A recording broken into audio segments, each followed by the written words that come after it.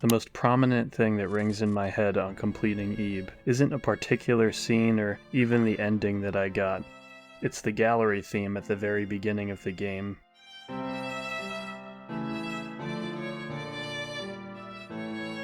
As disturbing as some of the art in this museum is, the audio here is more so.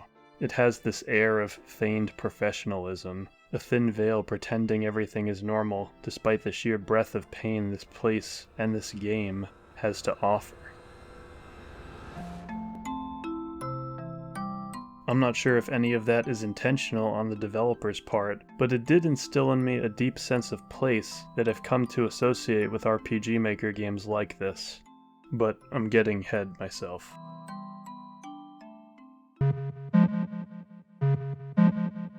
Hi, I'm Bossdor. Before we begin, thank you to the patrons who are helping me in my journey to do YouTube videos about weird RPG Maker games full-time. More on that at the end of the video.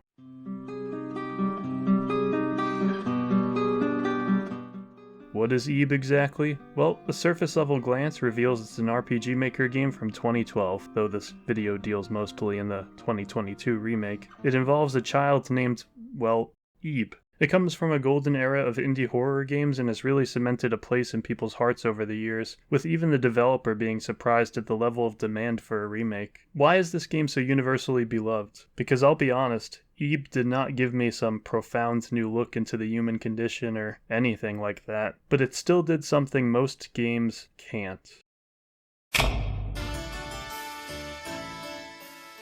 The year is 6236. White walls and floors surround artistry of all kinds like a bright prison. A gallery's taking place, and gaudiness hangs in the air like a bad smell. A bog-standard couple is in attendance with their child, Ebe. Ebe, while naive, makes up for it in her curiosity, scanning each painting with utmost enthusiasm, even if she doesn't always understand the bigger words. There's no shortage of stuff you can examine. Some of it is actually really cool, like this anglerfish piece that's spread across the floor. You're free to take in the gallery for as long as you want, and there are definitely some standout pieces like this creepy blue statue or a giant red rose, but arguably the most peculiar is the huge painting on the third floor. It's loud and colorful, yet feels withdrawn or distant. The most revealing thing about this piece is the name. Unfortunately, Ebe can't even discern what that name is, the downsides of a limited vocabulary. On examination of the painting, a tonal shift blots the air like a spreading stain, and the gaudy violin abruptly stops. Everyone is gone. You meander for a good 9 minutes because Bossdor gets lost easily in video games before arriving at the anglerfish painting again. Indeed, it didn't take long for things to get strange, but it's here we'll get our first taste of what this game is all about, and it's also the name of the painting we looked at earlier, The Fabricated World.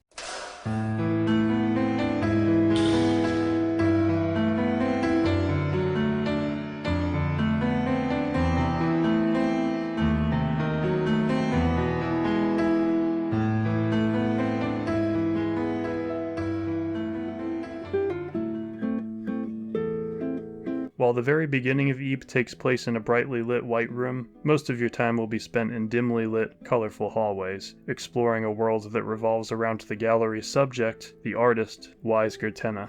Now, lots of titles like this use otherworldly places to underlie some sort of unresolved issue in the protagonist's past.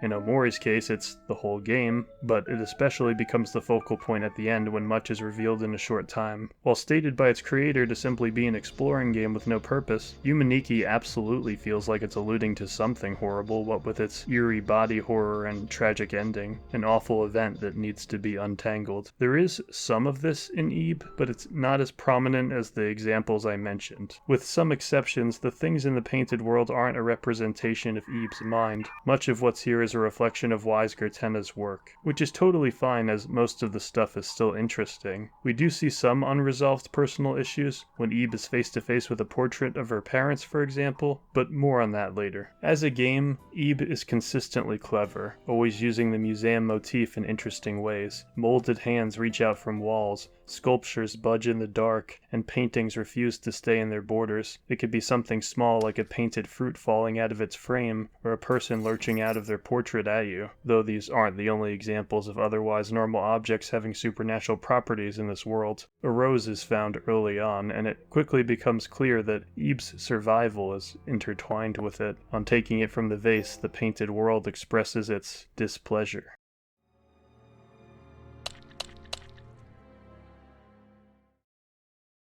It is an unsafe place for anybody, obviously, but especially a child. If Ebe truly needs a parental figure, she's about to get one. After finding a wilted blue rose, she happens on another person from the start of the game named Garry, who expresses relief at finding someone with a similar situation to his own. Like Ebe, the line parting the real world in this one smeared and widened until he was somewhere unrecognizable. The blue rose is revealed to be his, and just like with Ebe, pain courses through him when the petals are plucked. If he wants to survive, he'll need to hold it close and carefully. But as you'll quickly come to know, Garry's own rose isn't as important to him as Ebe's. For many, Garry is the best part of this game, and I can't say they're wrong.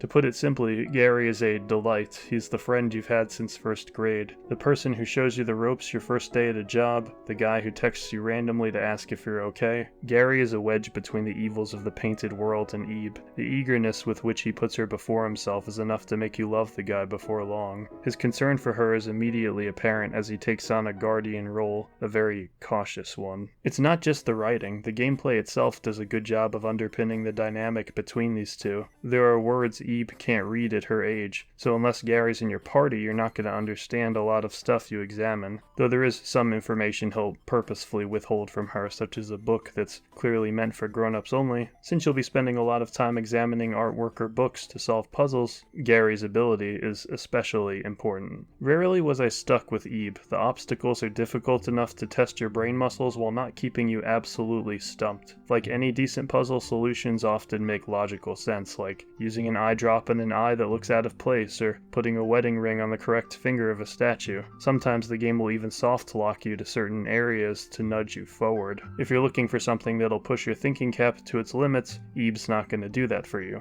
What's here is breezy, a good complement to the horror elements of the game, with a glaring exception, at least for me, being the part where you arrange the snake paintings on the wall. Took me forever to realize what to do there. Poor Mary. Ah, yes. Her. Let me give you the broad strokes.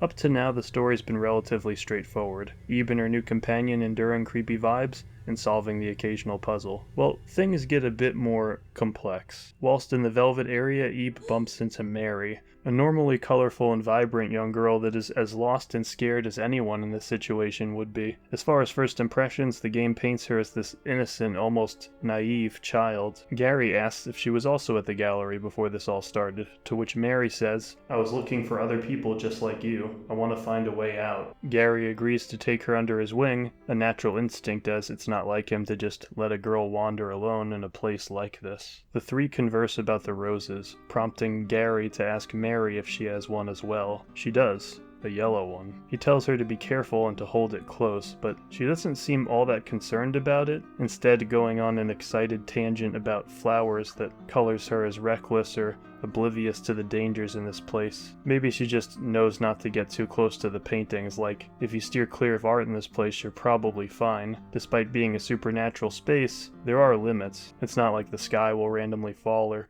tendrils will erupt from the ground. It isn't long after this that tendrils erupt from the ground laced in thorns, separating Garry from the girls. Reluctantly, Mary and Ebe agree to leave Garry's side and search the nearby area to find a way to reunite with him. Ebe and her new friend rummage the nearest room for anything that might help with the thorns, and Mary is a surprisingly palatable companion. She's upbeat and excited to help, a nice contrast to Garry's constant caution. Provided they make it out alive, it's easy to envision a friendship between these two, like an extrovert adopting an introvert. Mary does seem eager to make new connections after all, and that's not all that surprising. Up to this point in the story, we don't know how long Mary has been here, but with how quickly she's warming up to Ebe, one might assume she's been in the fabricated world for a long time, deprived of the pleasantries that come with living a normal life, though much of her remains a blank canvas to the audience. Mary does ask some odd questions, though, and one of them concerns Garry. She asks Ebe if Garry is her father, almost like she's gauging how important he is to her. She then asks about her mom, to which we get some interesting context, because when Mary asks, "Is your mom nice?" one of the dialogue options you can choose is, "Not when she's angry." After this, she proposes a really charged question, asking Ebe if she could only escape the fabricated world with one other person, would it be her or Garry?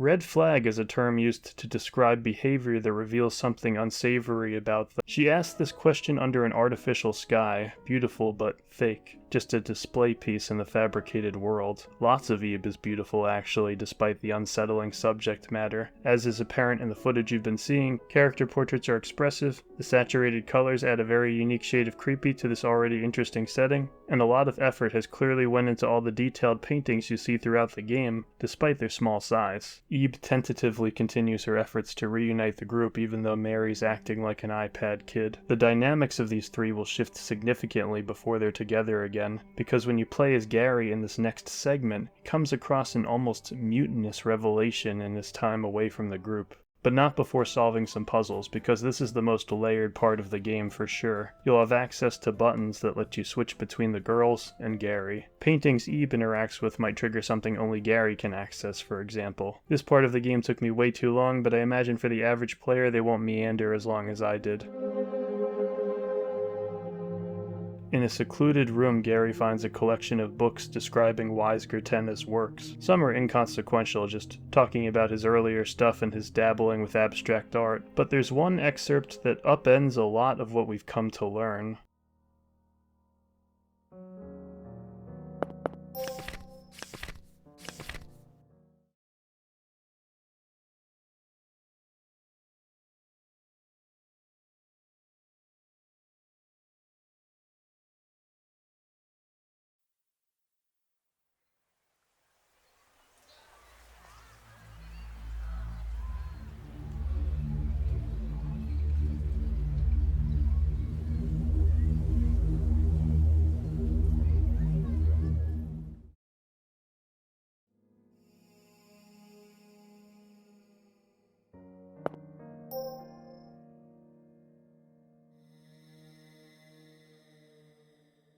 When you try to move Ebe, Mary refuses to follow, expressing her anger at this new development. Mary's fascination with Ebe and frustration with Garry become more potent. On completion of several more puzzles, the group is finally reunited, but something is off. Gary's rambling to himself a lot.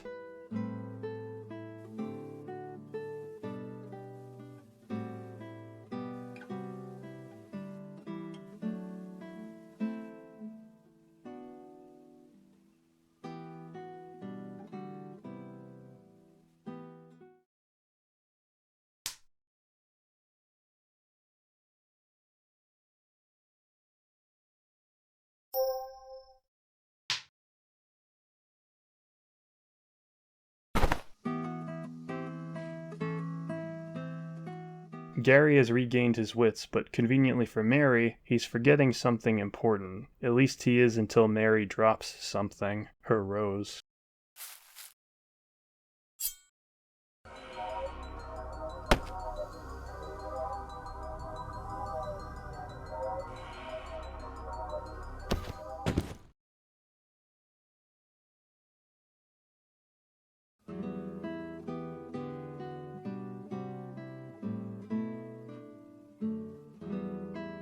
The memories flood back, and in a surprising twist, we see a more cynical side of Garry we've rarely seen up to this point. He views Mary as less than human, a danger. Though Garry hasn't seen the same red flags that Ebe has, he's seen enough. He didn't like what he read in that book and how Mary crashed out over a flower. I mean, fair enough, she did just pull a knife out and charge at him. It surprises me that Garry would leave a childlike entity that is capable of feeling just behind like this. I'm not saying it's out of character, just that it surprised me, in a good way. Garry fills Ebe in on the situation, and they make the difficult decision to leave her behind.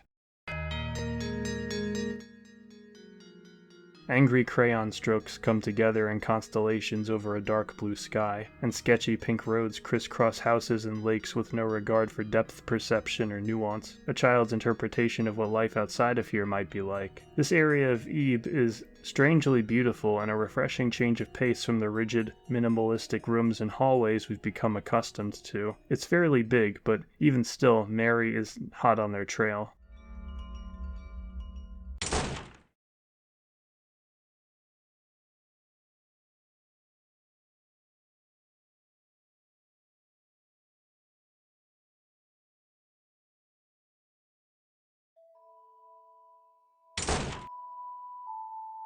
One of my favorite puzzles in the game happens to be here, testing your knowledge of the surrounding area. On completing it, you'll enter this house, and this is where all hell starts to break loose. Mary has teamed up with the Labubu doll to secure Eve's rose, her entire existence in her demented thrall. Predictably, this sends Garry into a panic. When she asks Eve if she wants her rose back, I chose "I don't mind" to deny her the satisfaction of having this power over me, but it seemed to backfire in the end.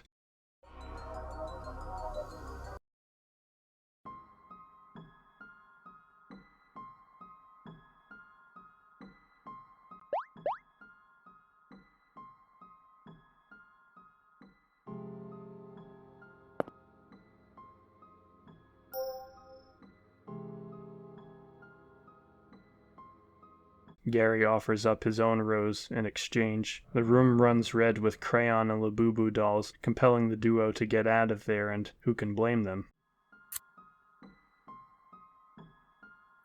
The sound of flower petals being plucked echoes down the hallway, and with each, great pain stems. Garry can't walk. He also can't bring himself to explain what's going on. The music remains calm as if it's shielding Ebe. Even in the most dire of circumstances, he puts Ebe before himself. At the tail end of his life, when he has but seconds to live, he urges her to leave him behind, just so she doesn't have to see what happens to him. In the next room, we observe Mary being a colossal, plucking the blue rose with wild abandon. Things culminate when Ebe finds Mary's original portrait. It needs to stay intact for her to exist, her true rose, basically. Both girls enter a desperate bid to save their lives. Provided you're quick, you can burn the painting using Garry's lighter before she gets to you, and as it fizzles and spits from existence, so does Mary.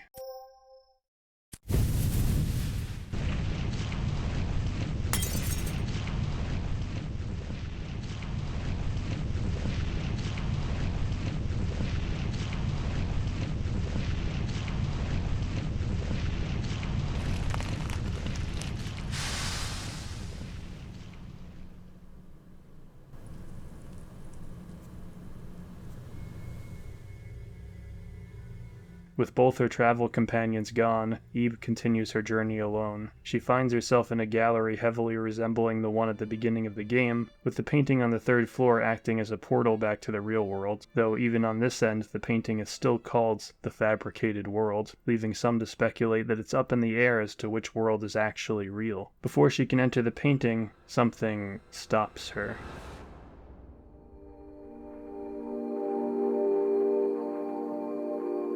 Ebe has many different endings that vary based on your decisions. Some even have variants on top of that. I wouldn't kick yourself if you went in blind and didn't manage to get the good ending. Obviously you have to talk to Garry while the sun is hitting your face, stupid. Yes, if you are the kind of person who gets annoyed at seemingly inconsequential things dictating video game endings, Ebe is going to infuriate you. There are hidden variables the game is keeping track of to decide where you ultimately arrive, such as Garry's doom counter. But if you're like me, it's more fun to ignore guides and just see what genuine ending you get based on a blind playthrough. Everything you've seen up to now, particularly the later scenes, were simply the scenes I got to see. Things can play out very differently. Garry can survive, or even Mary. For example, provided Garry lives, he'll cut his hand on Mary's painting, and you can give him a lace handkerchief for his wound. This item is especially important to Ebe. It even has her name on it. Again, I didn't get to see this neat little moment at all on my first playthrough. Let's go over some of the ways Ebe can end, including one ending that's especially sad.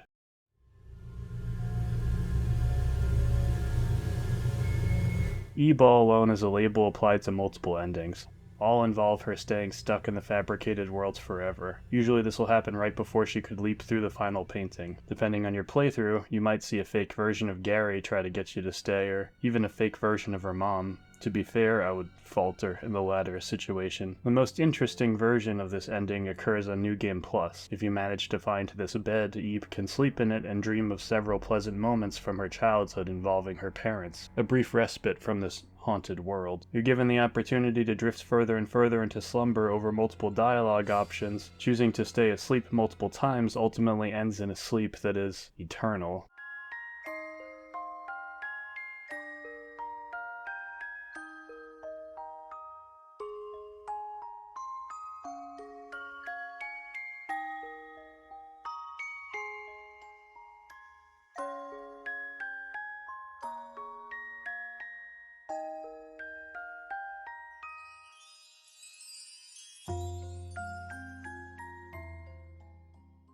In what is an interesting touch, choosing to wake up halfway through this process reveals that Eve's health meter has been dwindling the entire time she was in bed. As I said earlier, Eve's backstory isn't explored as thoroughly as some other RPG Maker protagonists, but we do get some neat context, like the fact that the bunnies in the painted world represent plushies she got from her parents, and that the handkerchief she gave Garry for his wounds was a present from her mother. So maybe Mom isn't all bad, even if she is bad.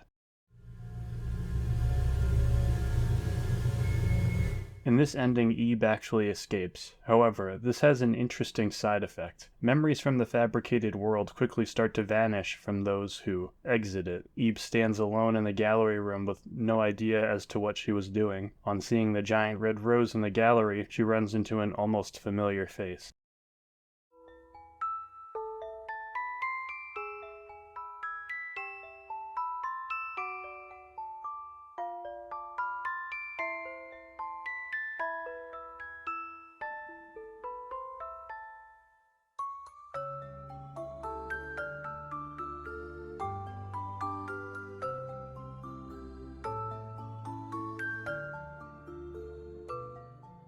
Memories Cranies is far from the worst ending you can get, but it is saddening to see that the bond between Garry and Ebe has completely disappeared. Still, Gary's alive, and hey, that's something.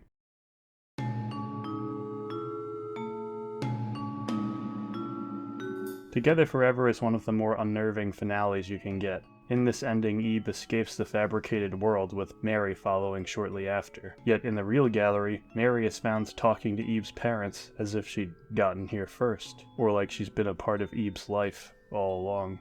Ebe's parents reminisce with her about the exhibition and look forward to stopping at a cafe on the way home. If all of this wasn't bad enough, Mary eats the candy Garry gave Ebe, solidifying she stole her from him one last time. It's unlikely either of them remember everything that happened in the fabricated world, but Mary's unhealthy obsession with Ebe obviously persists. The game over music plays over this scene, which makes sense considering how creepy everything feels, though Ebe seems to be okay-ish with this. In the remake at least, she's seen smiling while holding Mary's hand.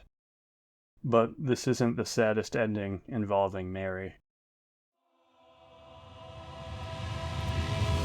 A painting's demise is considered by many to be the worst outcome you can get in the game. In this ending, Ebe refuses to leave Garry's side while he's delirious. This will frustrate Mary and prompt her to leave them behind. This is the only instance where you can play as her. She even has her own pause screen graphic. Despite ominous warnings from the environment telling her to stay, Mary leaves the fabricated world. I can get out from here.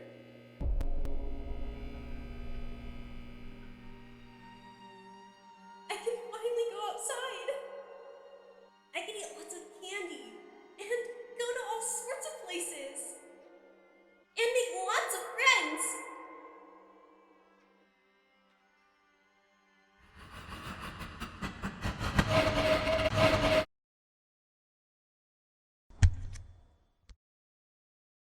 On entering the real world, and as it so often is in this game, something feels off. No one is here, and the red rose in the corner is replaced with a yellow one. If you try to exit the gallery, the front doors quietly reject Mary, a world denied. Huh? It won't open? This is the exit, isn't it? Lights flicker, messages smear the walls, taunting her attempted escape. Paint and blood fester from the ceiling, and the yellow rose wilts like a ruined family present. Even the poster towards the front of the gallery threatens her. Is this me? But the most cruel thing in this ending is the message on the yellow rose's plaque.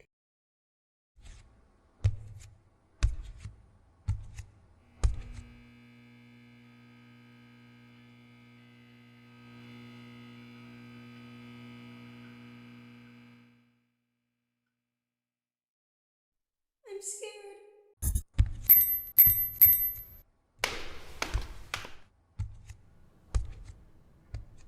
I hate this. What's happening? Why is the outside world like this? It's supposed to be bright and fun and full of people too.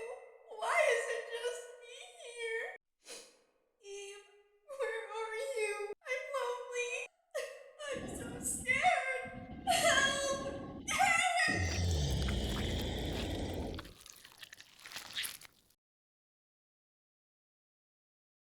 Lots of endings paint Mary as an evil child, yes, and certainly she does things that are awful, but in this scene and the one before it, it's easy to forget all that. The evil things she does stem from just wanting to have friends or eat candy. Things that real children get to do, and she's punished for it, made worse by the fact that due to her age and naivety, she's almost confused at how malicious the gallery is being to her. Despite Mary's attempts to isolate Garry from Eve throughout the game, she calls out to him right before her demise, demonstrating just how scared and alone she felt in her final moments. Reality conspires to tell her she's less than human, a thing that can love but not be loved. I was quite impressed at this ending's ability to make me feel for a character that has been so evil for a good chunk of her screen time. As a painting, Mary needed a human being to stay in her stead for her to leave the painted world. This is why, in Together Forever, an ending where Garry dies, she's able to maintain her form in the real world. Tragically, there is no ending in which both Mary and Garry get out alive. Or is there?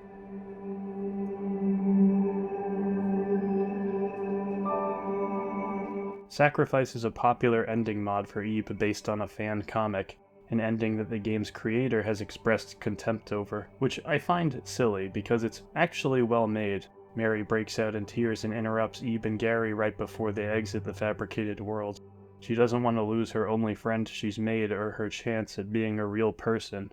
Someone has to die. Eve is faced with an impossible choice, escaping with Garry or the person who tried to kill her multiple times. With this mod, you have the option to select I would choose you both.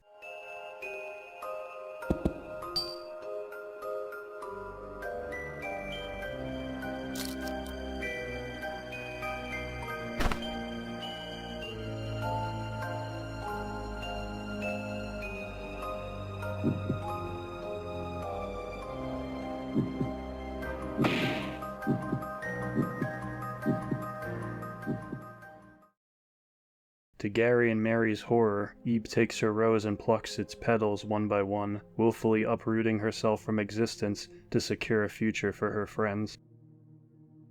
With her dying breath, she shoves Garry and Mary through the canvas. The two appear on the other side, but as siblings. I love how this ending plays with the precedent set in the other ones, how actions in the painted world so strongly affect real-life circumstances, rewriting history. Garry even references how well he knows Mary, that she loves cats, that she's usually cheerful. An entire relationship between them just exists now. Mary feels awful, and Garry just seems confused. The pair run into what used to be Eve's parents, who explain that they considered having a child at one point, but never got around to it. A new painting hangs in the corner, depicting a girl with tears running down her face. The piece has a bittersweet quality to it. While the girl is writhed in thorns, crying, there's a small smile playing at her lips, as if despite the extremity of her circumstance, she knows that it's for the best. The painting is called Goodbye. Mary breaks down, knowing of Eve's sacrifice. The scene ends, and we're unsure of how much she'll explain to Garry.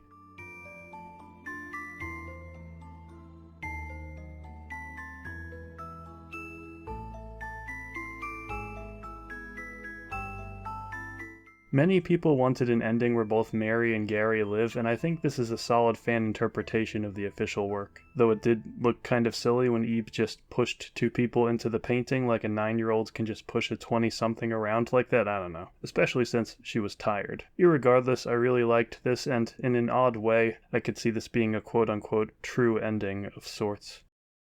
Though this next ending is kind of the exact opposite of this.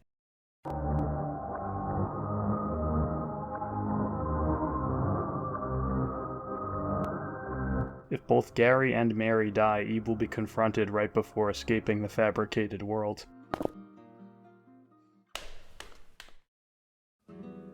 It's not subtle, it's too good to be true. This Garry's a fake, though rather anticlimactically, choosing to stay with him doesn't offer a final illustration like some of the other endings do. Still, it's sad.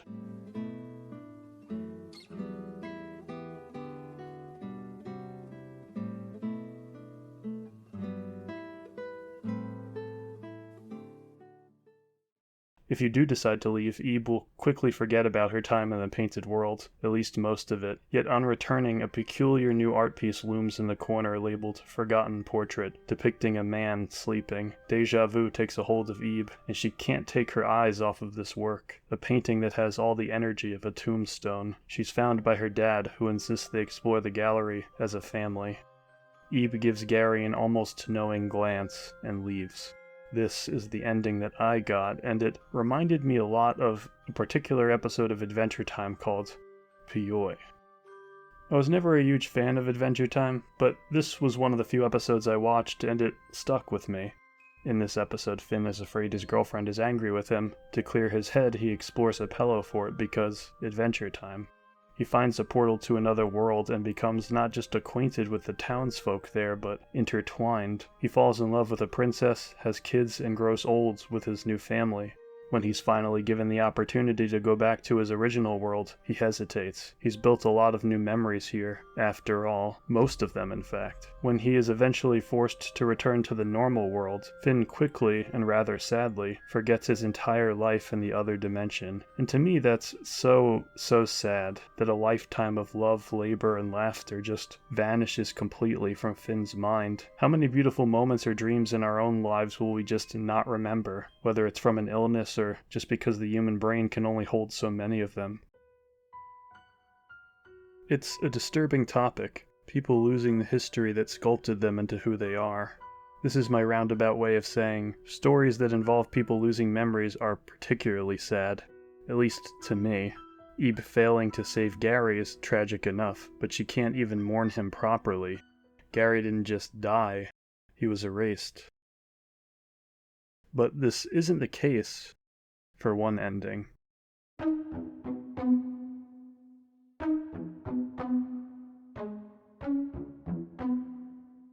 Promise of Reunion is the true canonical ending for this game. At the tail end of this acrylic nightmare, Eve takes Garry's hand, undeterred by the fake entity asking her to stay. Despite not knowing each other long, they plunge through the canvas together as if they were siblings. On emerging, Eve's memory of the painted world fades like a fleeting dream. She stands dazed and confused in the gallery room, unaware of everything that transpired. Before long, though, she runs into an almost familiar face. Garry is found in the corner observing the giant red rose. He talks to Eve as if she's a stranger, but something very interesting happens.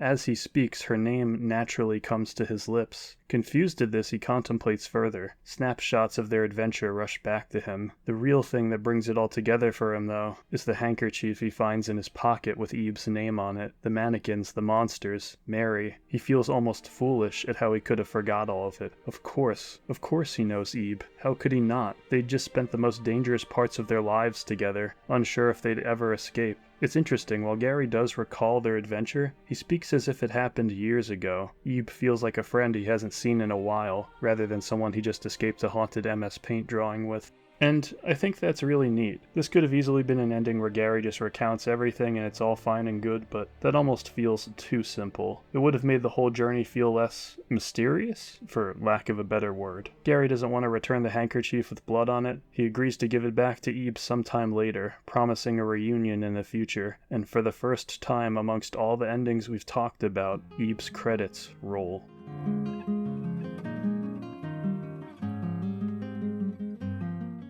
For me, Ebe did something most games never do. It played with my feelings, providing a small but irreplaceable cast of characters that I quickly warmed to, and a setting so interesting I'm surprised I haven't seen it more often. The game's creator, Kouri, has expressed his surprise at just how much people loved Garry, but why wouldn't they?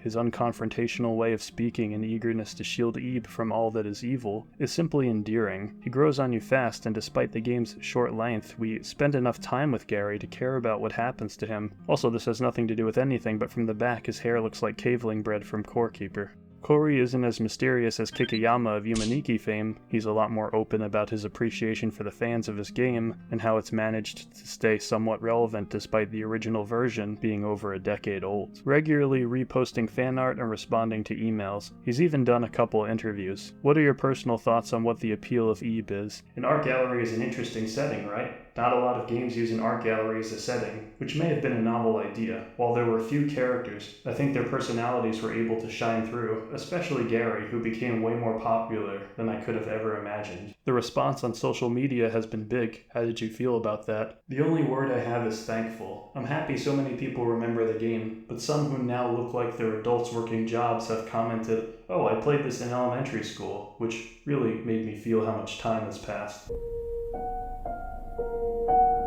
Ebe's received no shortage of merch, but something especially interesting to come out of the IP was a collaboration with Identity V, NetEase's version of Dead by Daylight basically, which sounds terrible, and it very much is. Still, it's neat seeing these characters in the museum rendered in 3D. The art style for Identity V typically depicts characters with buttons for eyes, so Ebe might not look one for one with her game, but for whatever reason Garry seems to look accurate. The event ran from April till May of 2025, so fairly recently. I'm not familiar with the game, but knowing the kinds of FOMO practices at work in these types of titles, I'd be surprised if there's still a way to get any Ebe-related cosmetics as of today. In German there is a word called Nachleben. Roughly, it refers to the amount of time a piece of art is remembered after the artist's death. Ebe is what happens when an artist cares about the world, the characters, the soundtrack. Like a kid in their house with the lights turned off, Ebe's dark, colorful hallways instilled in me a childlike dread, the cast a feeling of familial love, and the OST a melodic tension. For many, this is their favorite RPG Maker game, and considering how stiff the competition is on that front, that's nothing short of impressive. Like Wise Gertena himself, Kouri's art will be remembered for a long time after he's gone, indeed. Thanks again to my supporters, Melody, Hidden, Wind, and Michael. If you'd like to receive early access to new stuff and help me in my journey to do YouTube full-time, check out the Patreon page or become a YouTube member. For as little as $3 a month, you can significantly help me make content just like this video. I'd greatly appreciate it.